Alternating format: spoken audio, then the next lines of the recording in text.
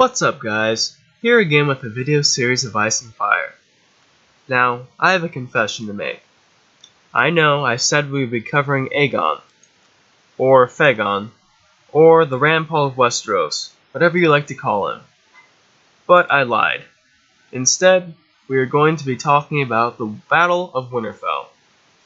Now we're doing this because in the show, there is also going to be a Battle of Winterfell, but it has been literally and figuratively bastardized. Before we get started, I would like to once again mention the group online that chats about A Song of Ice and Fire and Game of Thrones. If you are interested, instructions are in the description below. A reminder that there are spoilers for the entirety of A Song of Ice and Fire and Game of Thrones. With that being said, the Battle of Winterfell. We're going to start off by talking about the show.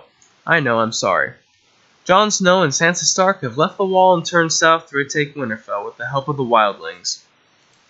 Along the way, they picked up the allegiance of House Mormont. Lord Ramsay is leaving the walls of Winterfell to have a pitched battle, for some odd reason, as he has provisions inside the castle. In the trailer for the Battle of the Bastards, it appears as though the fight is not going well for Jon and his army, which is understandable, considering he is leading a host of wildlings which have no training against the army of the Dreadfort. So now it's prediction time.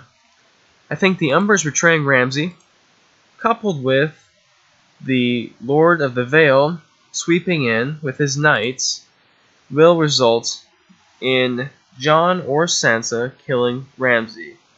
It will be bittersweet, however, as Rickon is killed. Jon burying Rickon in the crypts will lead him to finding out his true parentage in Lyanna's grave. What he will find, I don't know, but I'm guessing it will be something that is obvious to the people in the room. Then Jon becomes Lord of Winterfell as Jon Stark, or Jon Targaryen, and prepares the north against the others.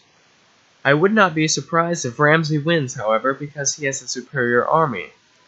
Jon or Sansa may die, but not both of them, as Bolton steel cannot pierce that much plot armor. Now, moving on to the Bible of Gurm to discuss what is actually going to happen.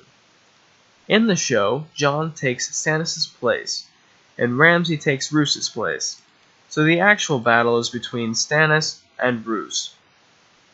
Here's a little background to the battle. Stannis, after defeating the wildlings at the Wall, is headed south.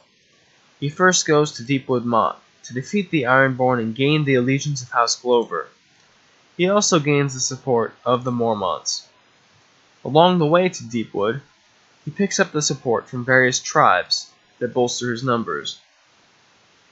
He also has support from half the Umbers, as the other half support Roose to keep their liege alive, and the Karstarks, which I will talk about later.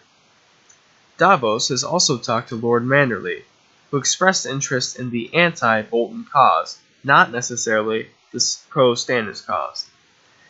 Stannis begins marching on Winterfell, but is stopped by the heavy storms at Crofter's Keep, where he is at the beginning of the Winds of Winter.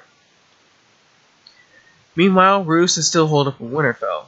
This is where he had the wedding of fake Arya and Ramsay.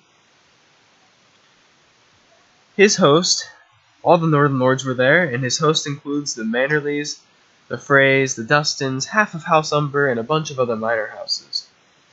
Many of these lords, barring the Freys and probably the Dustins, do not like the Boltons and are probably disloyal in some degree. They fear the Boltons but love the Starks. Roose's initial plan is to wait inside Winterfell with the provisions the Lords of the North brought to the wedding, until Stannis' force starves, frees, or mutinies. Some events, however, compelled them to confront Stannis. Many Freys and some of Ramsay's men have been found dead or missing. Remember the Ghost in Winterfell chapter in the book.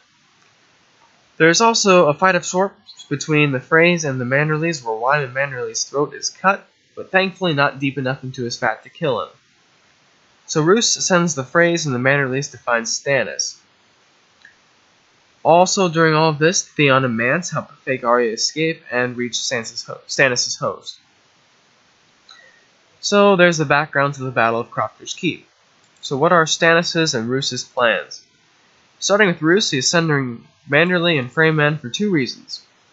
1, to get the 2,000 hungry troops out of Winterfell, and 2, to send the troublemakers out.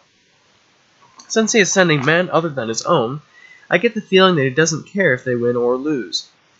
Depending on how accurate the show is, I then see Roose either sending a host led by Ramsay to clean up the fight, or Ramsay killing Roose and then being tricked by Stannis later on. Excuse me, Roose being poisoned. Stannis' plan is a little bit more complex. In this map, courtesy of Brendan B. Fish, rest in pieces, you can see the layout of Crofter's Keep. We learn from Aishaw's chapters that the watchtower is being kept more lit than your 18-year-old friend on the weekend. Why is this? Possibly to help the good half of the Umbers, who are outside of Winterfell, to find them. I think, however, it is used to lure Frey men into their death. Stannis used the same tactic when he defeated Victarion. The Freys would be attracted to the light in the tower like the gnats they are. And since Stannis is letting his men overfish the lake, there are holes everywhere.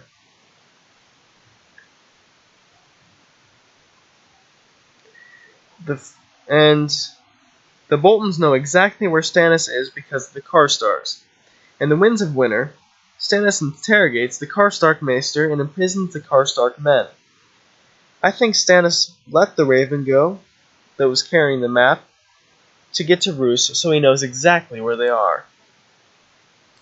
And finally, the Pink Letter. Who wrote it? I believe this letter was sent by Stannis to convince Jon to come to Winterfell. It makes sense as Stannis wanted Jon to become the Lord of Winterfell.